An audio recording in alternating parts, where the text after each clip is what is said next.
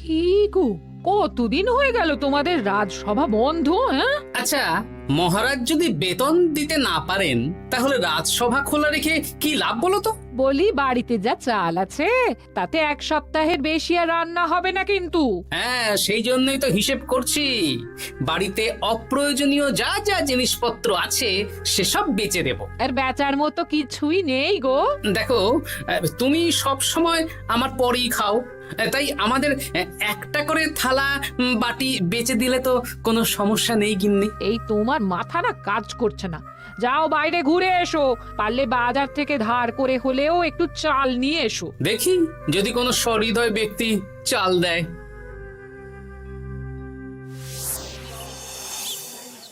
না গোপাল দাদা, বাজারের অবস্থা খুব খারাপ, আর আমি ধারে বিক্রি করছি না। আহা, আরে আমি কোনোদিন তোমার একানাও বাকি রেখেছি বলো? আমি বুঝতে পারছি গোপাল দাদা, কিন্তু আমিও নিরুপায়। গত মাসের বেতন এখনো পাইনি। মহারাজ অনির্দিষ্ট কালের জন্য রাজসভা বন্ধ রেখেছেন। বিশ্বাস করো, বিশ্বাস করো, বেতন পেলেই তোমার ধার আমি মিটিয়ে দেব। এই সপ্তাহ খানেক আগে একই কথা বলে সেনাপতি ধারে 25 কেজি চাল নিয়ে গেছেন। এখন ওনার কোনোই পাত্তা নেই। কি যে করি, কাছের বন্ধু বলতে বিজ্ঞানী আর সভাকবি। দেখি ওদের বাড়িতে একবার ঢুঁ মেরে।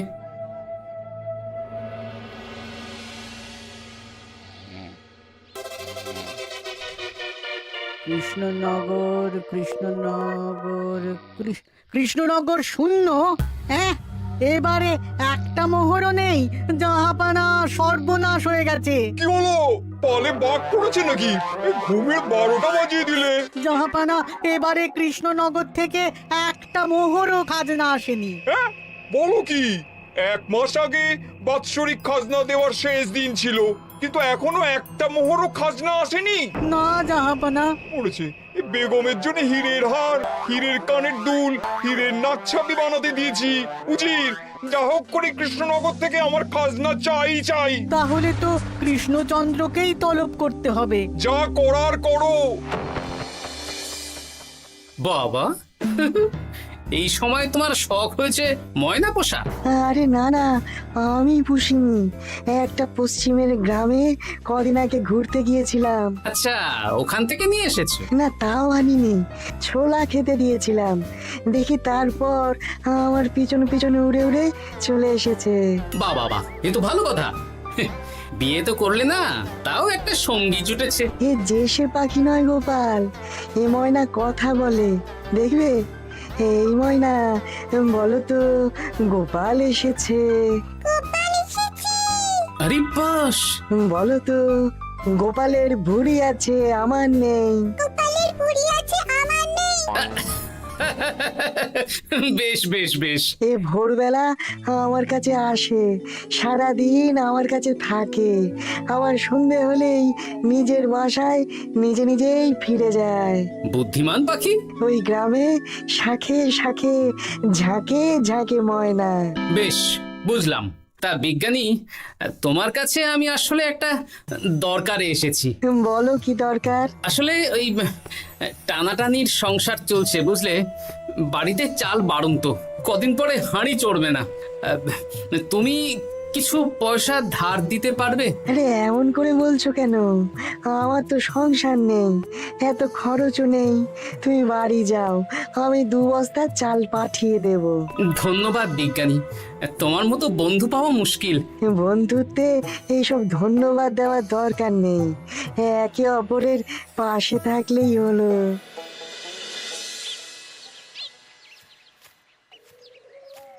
এ কি গো, খালি হাতে ঢুকছো যে? বিজ্ঞানী আমাদের 2 বস্তা চাল পাঠাবে, তাই কিছুটা হলেও চিন্তা কমলো, বুঝলে। ওমা, এই তো সারা বাজার ঘুরে তো ধারে চাল পেলাম না, অগত্যা বিজ্ঞানীর বাড়ি গেলাম। উনি সত্যি তোমার বন্ধু? হ্যাঁ, হ্যাঁ গিন্নি, জানি না কতদিন আমাদের রাজসভার সমস্যাটা চলবে। দেখি অন্য কোনো কাজে লাগতে হবে, বুঝলে। এই দেখো দেখো, যা করার তাড়াতাড়ি করো, এভাবে তো আর চলতে পারে না গো। কি নবাব বাহাদুর আমাকে ডাকছেন? হ্যাঁ, জাহাপনা আপনার উপরে রেগে আছেন। অতি সত্বর আপনাকে দেখা করতে বলেছেন। এবারে চাষাবাদের মন্দার কারণে রাজস্ব আদায় তেমন ভালো হয়নি, তাই খাজনা পাঠাতে পারিনি। আর কিছুদিন অপেক্ষা করতে বলুন, আমি ঠিক খাজনা পাঠিয়ে দেব। এখন আর খাজনা নিয়ে কথা বলবেন কিনা জানি না। আপনাকে নবাব এই আদেশ পাঠিয়েছেন, আপনি 2 দিনের মধ্যে নবাব বাহাদুরের সাথে দেখা করবেন। আচ্ছা ঠিক আছে।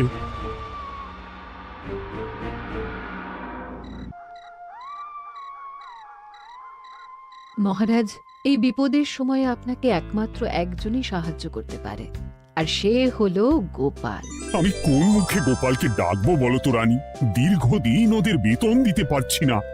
গোপাল এরকম স্বার্থপর মানুষই নয় যে নিজের কাজের সময় কাজী আর কাজ ফুরলে বাজি হয়ে যাবে। আপনি একবার বলেই দেখুন না। বেশ, তাহলে আগামীকাল সকালেই গোপালকে ডেকে পাঠাচ্ছি।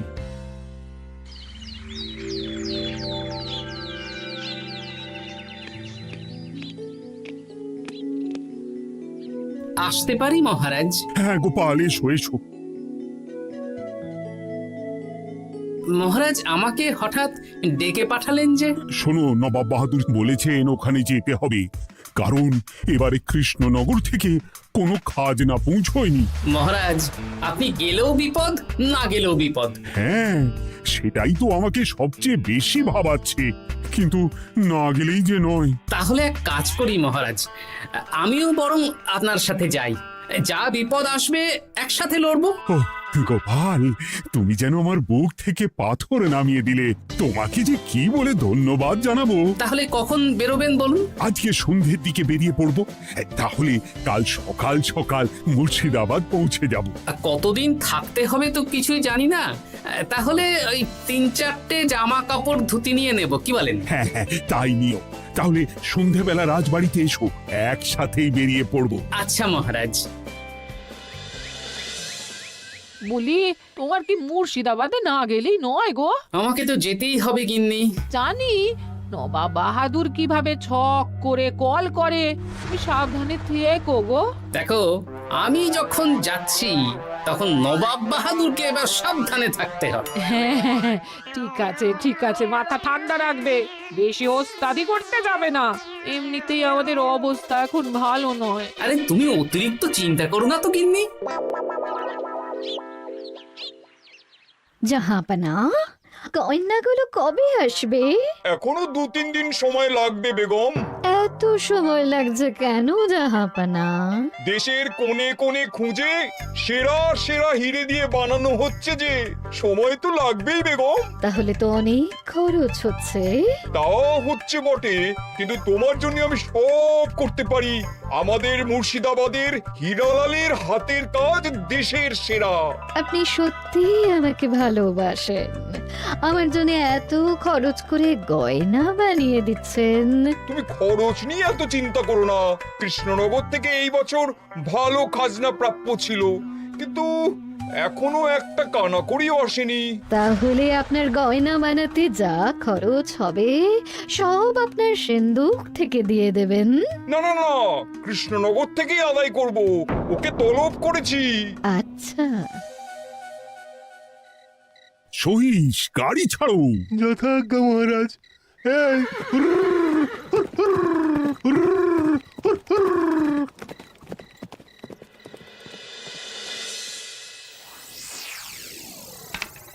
এত রাতে আবার কে এলো রে বাবা? খুলছি।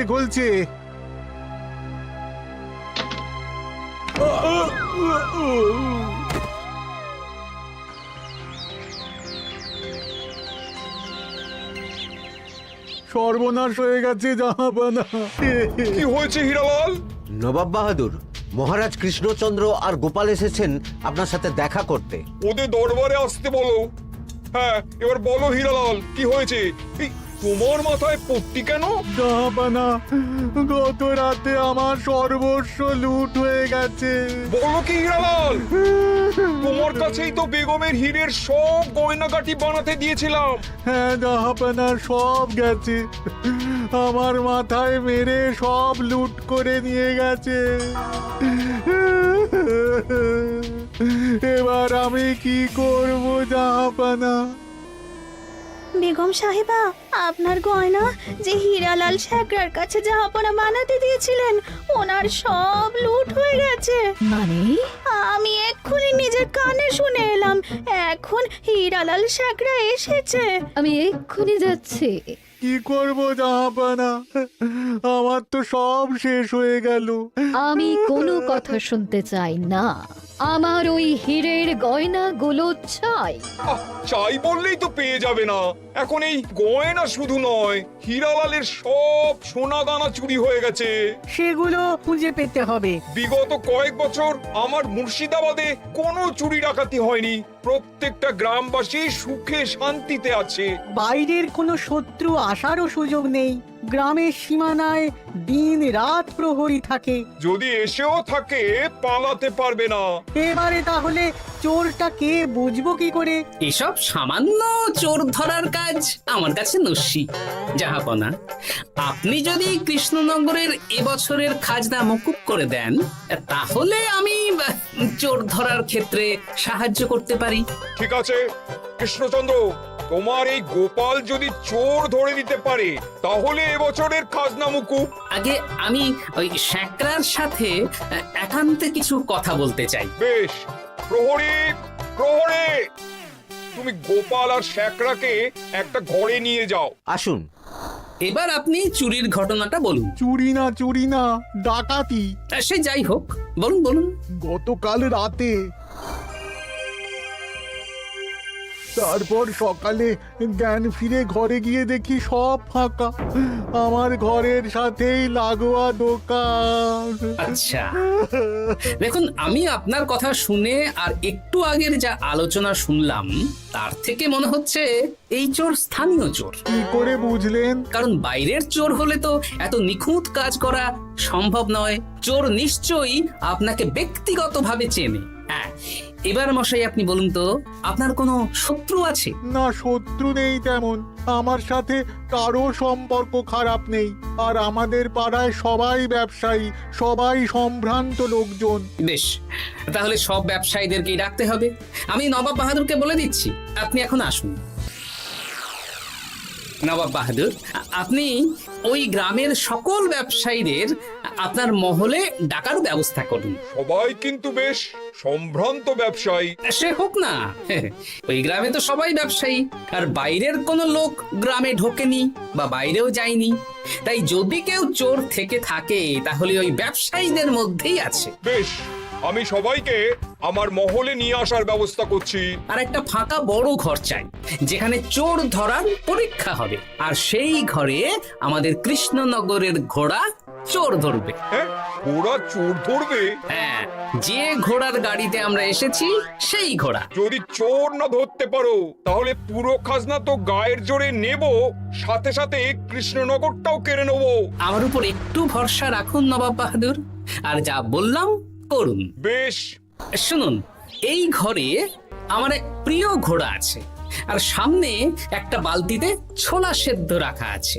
আপনারা সকল ব্যবসায়ীগণ একে একে যাবেন, দরজা ভিতর থেকে বন্ধ করবেন, আর ঘোড়াকে এক মুঠো করে ছোলা খাইয়ে ফিরে আসবেন। তারপর কি বাড়ি চলে যাব? না, সবার ছোলা খাওয়ানো হয়ে গেলে আমি ঘোড়ার কাছে যাব, আর ঘোড়া কানে কানে আমাকে বলে দেবে কে চোর। তাহলে আর দেরি কেন, সবাই একে একে যাও।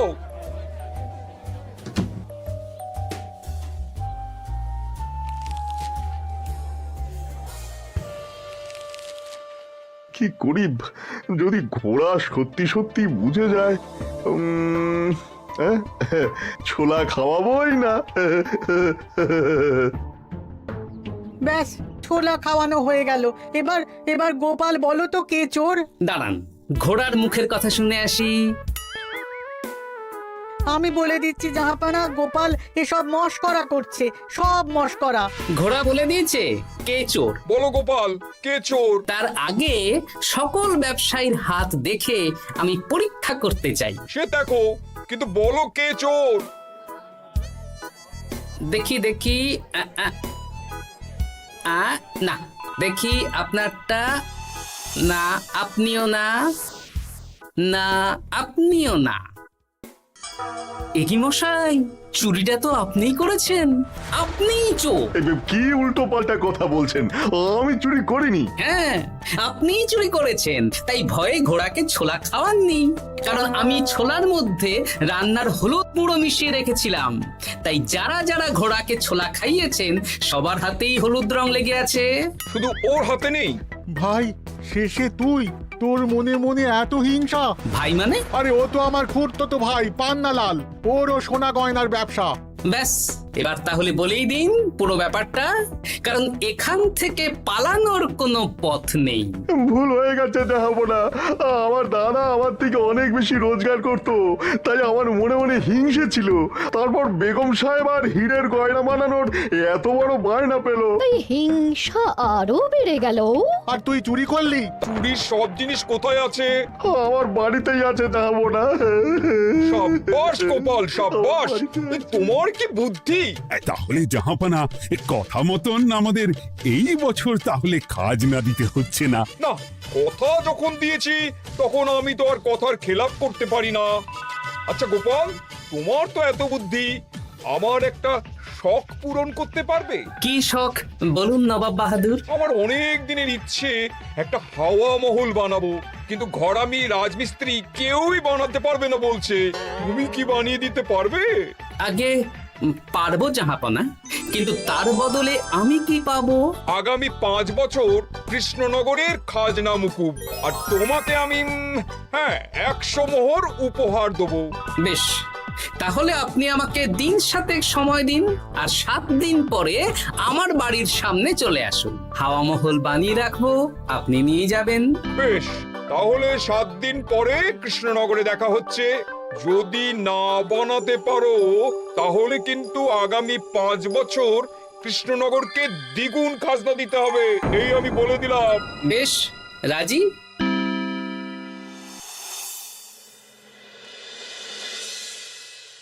বেশ তো বড় মুখ করে বলে দিলে হাওয়া মহল বানাবে। রাজি রাজি। এবার যদি না বানাতে পারো, সব তো উল্টে যাবে। আপনি চিন্তা করবেন না মহারাজ, নবাব বাহাদুর আমাকে প্যাঁচে ফেলতে চেয়েছেন, তাই আমিও ওনাকে ঘোর প্যাঁচ দেব।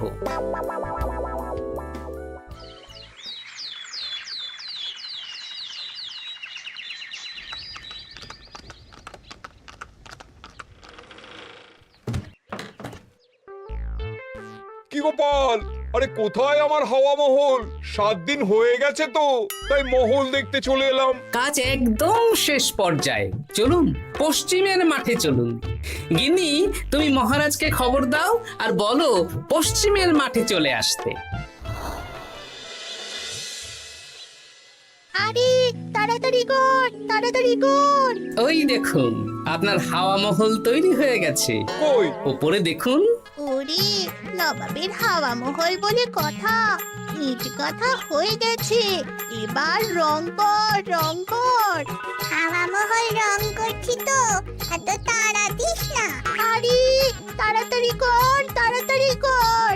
আরে এসব আবার কি? ময়না পাখি হাওয়া মহল তৈরি করছে? হ্যাঁ, হাওয়া মহল তো, তাই হাওয়াতেই তৈরি হচ্ছে। হাওয়া তো আর চোখে দেখা যায় না, আমি তৈরি করিয়ে দিয়েছি।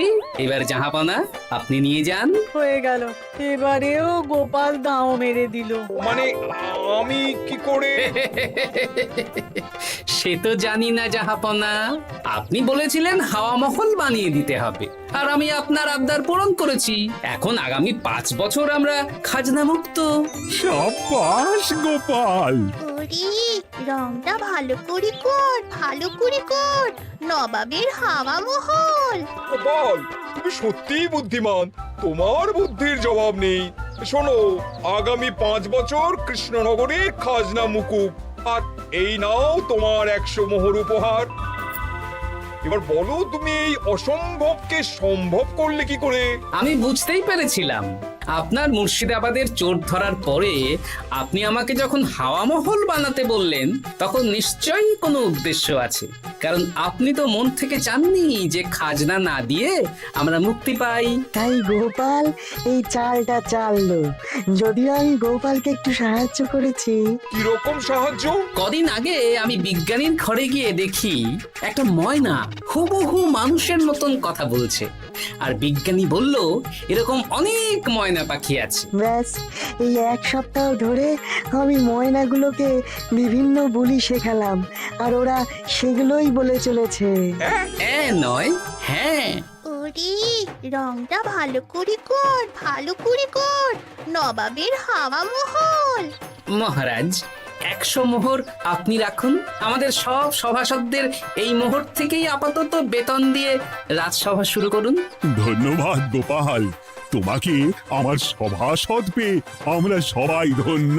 আর বিজ্ঞানীকেও।